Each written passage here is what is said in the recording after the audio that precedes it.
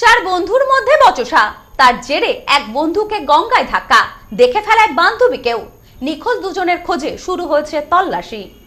বন্ধুদের মধ্যে বচসা, এক যুবক ও এক যুবতীকে ধাক্কা দিয়ে গঙ্গায় ফেলে দেওয়ার অভিযোগ। ঘটনার পর থেকে এখনো দুজনকে উদ্ধার করা যায়নি। অনুমান মৃত্যু হয়েছে তাদের। এই ঘটনায় অপর দুই বন্ধুকে আটক করেছে পুলিশ। ঘটনাটি ঘটেছে রবিবার বিকেলে ইছাপুর নবাবগঞ্জ গঙ্গার ঘাটে।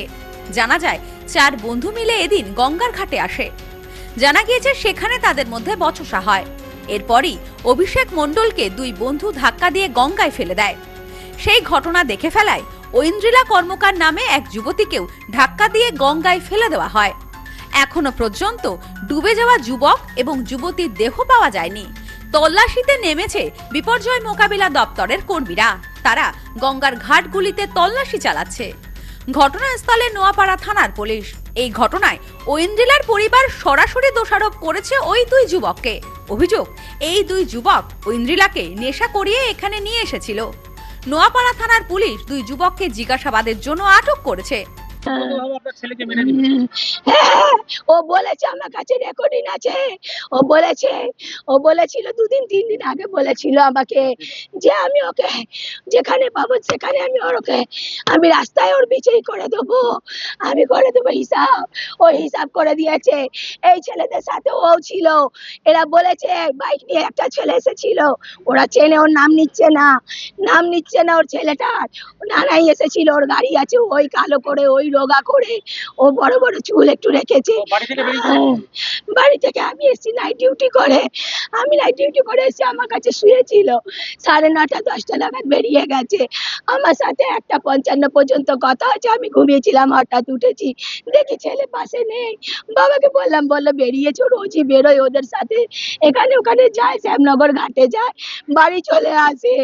আমি জানি ফোন করেছি, কি রে তুই আসলি না, আমার লোনের টাকাগুলো আমাকে পে করতে হয়, আমি পারি না। বলে মা আমি এসে করে দেবো, না তো 30 তারিখের ডেট আছে, আমি করে দেবো। আমি সন্ধ্যাবেলা আসবো। আমি ভাত খাবি না? আমরা ভাত খাবো। মা তুমি খেয়ে নাও, আমি সন্ধ্যাবেলা এসে খাবো, নাহলে তুমি ডিউটি চলে গেলে আমি বাড়ি আসবো। এ বিষয়ে ঐন্দ্রিলার বাবা অরিজিৎ কর্মকার বলেন, মেয়ের ফোন দুপুর থেকে বন্ধ ছিল। অনেক ফোন করেও মেয়েকে ফোনে পায়নি। রাতে ওর এক বান্ধবী ফোন করে থানায় আসতে বলে। পুলিশও ফোন করেছিল। এরপর থানায় গিয়ে ঘটনা জানতে পারি। আমাদের অনুমান ওই দুই যুবক নেশা করিয়ে ধাক্কা দিয়ে গঙ্গায় ফেলে দিয়েছে। আমরা অভিযুক্তের শাস্তি চাই। কালকে সকালবেলা মেয়ে বেরিয়েছিল, বললো বান্ধবীর বাড়ি যাচ্ছি। বান্ধবীর সঙ্গে দেখা করতে গিয়ে তারপরে বিকেলবেলায় বান্ধবী ফোন করে বলছে যে এরকম, মানে ওর মাকে ফোন করে বলছে যে আপনারা নোয়াপাড়া থানায় দেখা করুন। তারপরে আমি নোয়াপাড়া থানায় যখন যাচ্ছি তখন অফিসার আমাকে ফোন করলো যে আপনি থানায় আসুন। তারপরে রাত্রিবেলা সমস্ত এখানে ডুবুরি দিয়ে খোঁজা হয়েছিল, তারপরে পাওয়া যায়নি। তারপরে আমরা থানায় গেছিলাম। থানায় গিয়ে ওই দুটো ছেলে অ্যারেস্ট হয়েছে, ওই ছেলে দুটোকে কাস্টাডিতে রাখা হয়েছে। তা ওই ছেলে দুটোই আমার মেয়েকে মেরে ফেলেছে, ধাক্কা দিয়ে ফেলে দিয়েছে। আমি যেটুকুনি খবর পেয়েছি এখানে এসে। লাস্ট লোকেশন কি গঙ্গার ঘাটেই ছিল? হ্যাঁ, লাস্ট লোকেশনে গঙ্গার ঘাটে। রাত্রিবেলা আমার মেয়ের ফোনটা রাত্রি 2:10 অন হয়েছিল, কিন্তু ফোনটা এখন কোথায় আছে, কি বৃত্তান্ত এখন আমি ঠিক জানি না। পরিবারের দাবি, ঐন্দ্রিলা সাঁতার জানতেন না, কখনো জলেও নামেনি। ওকে জোর করে সেখানে নিয়ে যাওয়া হয়েছে।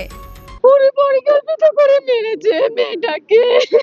আমাদের মেয়ে কোনোদিন জলে নামে না, বলতে চান করে কি করে, সমুদ্রে গেছে, একদিনও নামেনি। আমার বাড়ি গেলে কোনোদিন চান করে না। ও কি করে চান করতে যাবো এখানে? ওদের এক জায়গা থেকে নেশা করিয়ে নিয়েছে। এর মধ্যে অনেকে আছে, অনেক বড় বড় মাথা আছে। মেয়েটাকে মেরে দিয়েছে। মেয়েটার ফোন রাত্রি অন হয়েছে। আমার মেয়েটার ফোন অন হয়েছে। Bureau report, news no man's land, Ichhapur. Sampriti guest house hotel and restaurant. সমস্ত আধুনিক সুবিধাযুক্ত AC double bedroom, standard double bedroom, twin bedroom, deluxe double bedroom. আমাদের হোটেলেই রয়েছে বাঙালির খাবার সহ মাল্টি কুইজিন রেস্টুরেন্ট। শহরের মধ্যে অথচ সম্পূর্ণ নিরাপদ পরিবেশে থাকা খাওয়ার একমাত্র ঠিকানা Sampriti guest house hotel and restaurant. Chakdah road, টবাজার, বনগাঁ। ফোন 03215 257 603।